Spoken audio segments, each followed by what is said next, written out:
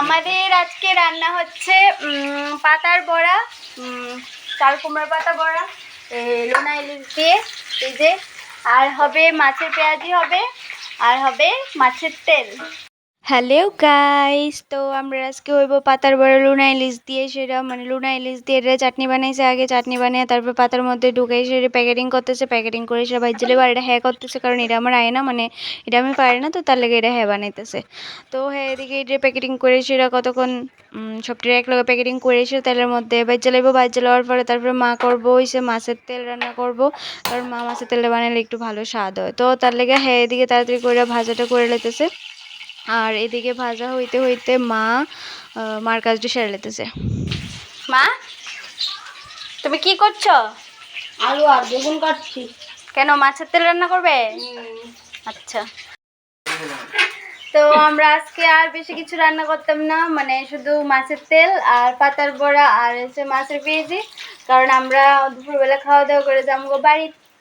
তো হ্যাঁ এদিকে পাতার বড়া হয়ে গেছে, পাতার বড়া হ্যাঁ নামাই লেছে, তারপরে মা গেছে, মা যায় সেটা মাছ ভাজছে আগে, মাছ ভাজার পরে তারপরে তার এদিকে মাছের তেল রান্না করতেছে। যাই হোক দুজন মিললে এদিকে আবার মাছের তরকারি বানাইতেছে। তো বানাইতে বানাইতে তার এদিকে অনেক কথা কইতেছে, তো আমি দাঁড়িয়ে দাঁড়িয়ে একটু ভিডিও করতে আসছিলাম। তো এর মধ্যে আবার মানে তারা তো কইতে পারে না আমি ভিডিও করতেছিলাম, তো মা হঠাৎ করে দেখছে, দেখে সেটা আবার চায়ের কতক্ষণের পর আবার একটু হাই করলো।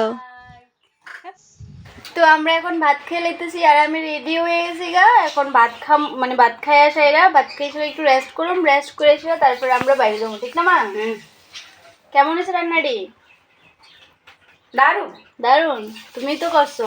আমরা একটু পরে বাড়ি যাবো, আবার একটু একটু বৃষ্টি আইতেছে, তো দেখালে বৃষ্টির একটু দেখা বাইরে দিব, পরে নাহলে রাস্তার যে আবার ভিজে যাবো আমরা।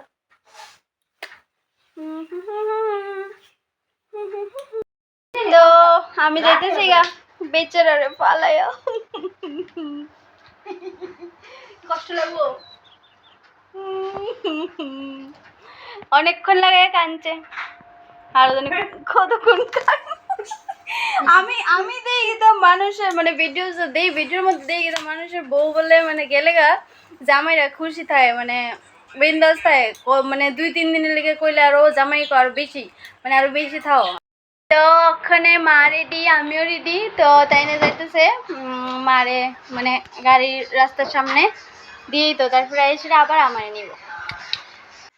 তো তারপরে হ্যাঁ এদিকে মারে নামাই দিয়ে এসে আবার আইসে আমার নিত, তো তারপরে আমি ওইটা বয়ে সেটা গেলাম গা। আর আমি খুব খুশি, কারণ আমি যেমন বাড়িতে, আর এর এদিকে একটু মনটা একটু খারাপ হই, কারণ আমি যাবো গা তার লেগা।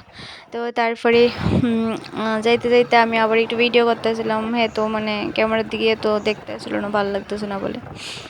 তো হ্যাঁ এদিকে আমরা নামাই দিয়ে সেটা আবার আই পড়বো, কারণ আমরা তো এদিক থেকে গাড়ি দুইটা যাবো। তো হ্যাঁ তারপরে আবার এদিকে মারে আম কিনে দিল, একটু আম কিনে দেওয়ার পরে তো আমরা এদিকে বেচারা মন খারাপ করে দাঁড়িয়ে ছিল, গাড়িতে উঠে গেলাম, টাটাটা কইয়ে দিলাম, তারপরে গাড়িতে উঠতে সেরে যায় দেখলাম যে না সিট আছে, তো তারপরে দুজন বয়ে গেলাম গাড়ির মধ্যে, বয়ে সেরে আবার মা আবার একটু আবার ফান দিয়ে বয়ে গেছে। আমার মার আবার একটু পরে পরে ফান না খাইলে মানে হয় না, একটু পরে পরে ফান খেতে লাগে, একটু বেশি ফান খায়। তো গাড়িতে উঠতে সেরে আমার আবার মনটা একটু খারাপই লাগতেছিল হেললেগা, যে বেচারাটা দাঁড়িয়ে রয়েছে এদিকে একলা একলা, একটু খারাপই লাগতেছিল। অতক্ষণ যদি আমি খুব খুশি আছিলাম যে আমি বাড়িতে আমো। তারপর আমরা গাড়ি দুইটা পড়লাম রাস্তার মতো এসে দেখলাম ফুচকা, তো আমি আবার একটু খেয়ে নিলাম ফুচকা, কারণ ফুচকা দেখলে না খাইলে আমার আবার ভালো লাগে না।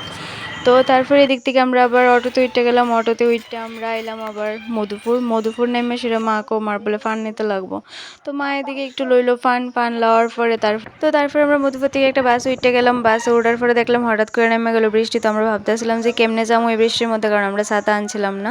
এরপরে দেখলাম বাস থেকে নেমে যে না বৃষ্টি অনেকটা কমে গেছে, তো মারে গেলাম চলো এই বৃষ্টি কিছুই তো না, আমরা হেঁটে হেঁটে যাইতে পারবো এই বৃষ্টির মধ্যে দিয়ে। তো তারপরে আমরা এই হালকা বৃষ্টির মধ্যে হাঁটতে হাঁটতে আই পড়লাম। তো আমরা বাড়ি যাওয়ার সময় একটা বড় একটা স্কুলের ডাউন একটা উঠতে লাগে, তো ডাউনটা উঠতে এসে আমার একটু পরিশ্রম লাগছিলো, যার লেগে আমি একটু দাঁড়ালাম, তারপরে দুজন হাঁটতে হাঁটতে আয়ে পড়লাম। তারপরে ফাইনালি আমরা বাড়িতে আয়ে পড়লাম, আর বাড়িতে এসে আমি এত টায়ার্ড হয়েছি যে আমি ডিরেক্টলি একদম ঘুমাই গেছি বিছানার মধ্যে, মানে আমার শরীরটা আর দিতে আসছিল না, অনেক বেশি টায়ার্ড হয়ে গেছে, আর আমার ব্যাগটাও আসলো অনেকটা ভারী তার কারণে। তো আজকে লেগে এতটুকুই ব্লগ, টাটা, দেখা হবে আবার পরের ভিডিওতে।